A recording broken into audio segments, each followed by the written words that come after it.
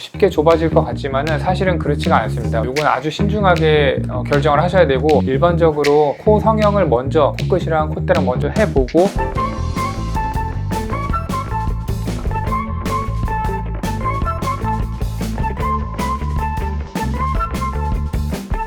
네, 안녕하세요. 닥터공TV 이용주입니다. 이번 영상에서는 코 성형이랑 보조적으로 이제 같이 많이 시행되고 있는 술식 중에 하나인 이제 콧볼 축소, 요거에 대해서 좀 말씀드려 보도록 하겠습니다. 일단 콧볼 축소는 밖에서 절제하든 혹은 안에서 절제하든 조직 자체를 절제해서 버리는 과정이기 때문에 반드시 흉터를 남기게 되고, 버린 조직을 다시 끼워 넣을 수는 없거든요. 그래서 돌이킬 수 없는 부작용을 나타낼 수 있는 시술이기 때문에 아주 신중히 충분한 검토 후에 시행이 되어야 되는 술식 중에 하나입니다. 콧볼 축소는 이제 보통 두 가지 목적에 의해서 시행이 되는데요. 그림을 보시면은 이제 그림 A 같은 경우에는 콧날개가 이렇게 많이 둥글려져 있는 경우에 웨지 형식으로 이만큼 똑 떼내서 가져다 꼬매서 이제 둥글려져 있는 것을 없애기 위해서 그렇게 이제 절제를 하는 거고요. 그 다음에 이제 B와 같은 그림을 보시면 여기가 이렇게 많이 벌려져 있어서 이렇게 줄이기 위한 절제를 하는 건데, 밑에 쪽에서 살짝 외측으로 벗어난 부분에서 이렇게 웨지형으로 절제를 해서 제거한 다음에 당겨 꼬매는 수술을 하는 거고, 이제 C와 같은 경우에는 두 가지가 이제 같이 다 있는 경우에 C와 같이 절제를 해볼 수도 있는 거고요. 근데 이제 B와 C 같은 경우가 요 기저면이 넓은 경우, 요게 이제 문제가 되는데, 우리가 아까 B에서 그림 보시는 것처럼 이렇게 절제하고 당겨 꼬매면 쉽게 좁아질 것 같지만은 사실은 그렇지가 않습니다. 왜냐면 조직을 조금 당기고 이렇게 꼬매 놓는다고 하더라도 이게 요만큼 당겨지려면 볼에서 요만큼 얼굴이 다 지금 당겨져 와야 되는데, 여기를 절제하고 당겨 놓는다고 해도 시간이 지나면 다시 이렇게 벌어지는 경우도 많고, 사실은 그 밑에 조직까지 다 절제를 하고 당겨줘야지 그만큼 힘을 받는데, 요거 조금 절제한다고 이게 완전히 이렇게 좁아지냐? 제가 보기에는 그렇지 않고 다시 재발되는 경우가 있습니다. 그래서 일부 경우에서는 이 밑에다가 실을 이렇게 넣어서 실로 묶는 것까지 같이 시행하는 경우가 있는데, 그렇게 하더라도 완벽하게 줄이기에는 한계가 있고, 또 하나 문제는 여기 심하게 줄여놓으면 코로 숨 쉬는 게 아주 불편해질 수가 있기 때문에 아주 신중하게 시행을 해야 되고, 절개 잘못하면 입술이 이렇게 당기는 힘 때문에 곧 절개가 내려와 보이면서 그 9개월 구순혈 수술하신 분들 이렇게 흉터 있는 경우가 있는데 그거처럼 보이는 경우도 있거든요. 이건 아주 신중하게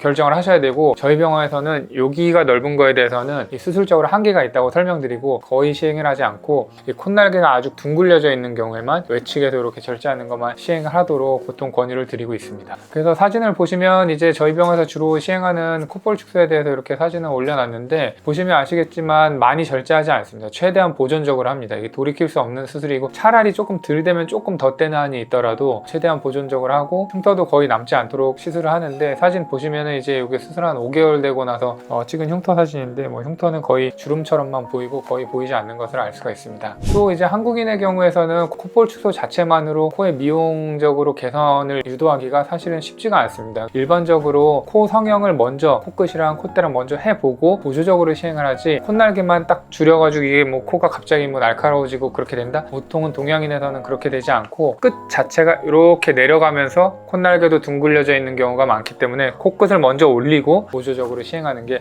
바람직하다고 생각을 합니다. 그 다음에 이제 콧볼 축소에 대해서 오인하고 계시는 것이 두 가지가 있는데, 복코를 이제 콧볼 축소해서 교정한다? 이거는 완전히 잘못된 얘기입니다. 복코 환자 같은 경우에는 이 조직 자체가 두꺼운 건데 콧날개 조직을 줄이는 방법은 아직까지는 없습니다. 콧볼 축소하는 거는 둥글려져 있는 콧날개 길이를 줄이는 거지 이 두께를 줄이는 게 아닙니다. 복코 환자에서 오히려 길이를 더 짧게 해놓으면 정말 보기 안 좋은 결과가 나타날 수 있기 때문에, 복코를 콧볼 축소를 통해서 교정한다는 거는 잘못 오인되고 있는 것 중에 하나라고 그렇게 알고 계시면 될 것 같습니다. 또 한 가지는 이제 콧볼 축소를 통해서 콧구멍 비대칭을 교정해 보겠다 이렇게 생각하시는 경우들도 있는데, 물론 이 양쪽의 콧날개 시작점이 동일하고 한쪽만 콧날개가 이렇게 둥글려져 있으면 여기만 줄이면 당연히 그렇게 됩니다. 근데 콧구멍 비대칭은 거의 모든 경우에서 콧날개의 시작점이 다릅니다. 시작점이 다르기 때문에 우리가 콧볼 축소를 적절하게 해서 조금 개선을 시킬 수는 있지만, 콧날개 축소술로만 콧구멍 비대칭을 완전히 교정하기는 어렵고, 콧구멍 비대칭 자체가 기술적으로 조금 불가능한 면이 있기 때문에 콧볼 축소를 통해서 콧구멍의 완벽한 대칭을 기대하는 것은 조금 무리가 있다고 생각을 합니다. 네, 이번 영상에서는 이제 콧볼 축소에 대해서 설명을 드렸는데요. 콧볼 축소의 한계에 대해서 오히려 설명을 많이 드린 것 같아요. 그래서 콧볼 축소는 코 성형 수술에서 보조적으로 시행하는 요법이지 돌이킬 수 없는 부작용도 나타낼 수 있고, 또 수술적으로 아주 훌륭한 결과를 못 내는 경우도 있기 때문에 보조적으로 시행하는 술식이다, 이렇게 알고 계시는 게 좋을 것 같습니다.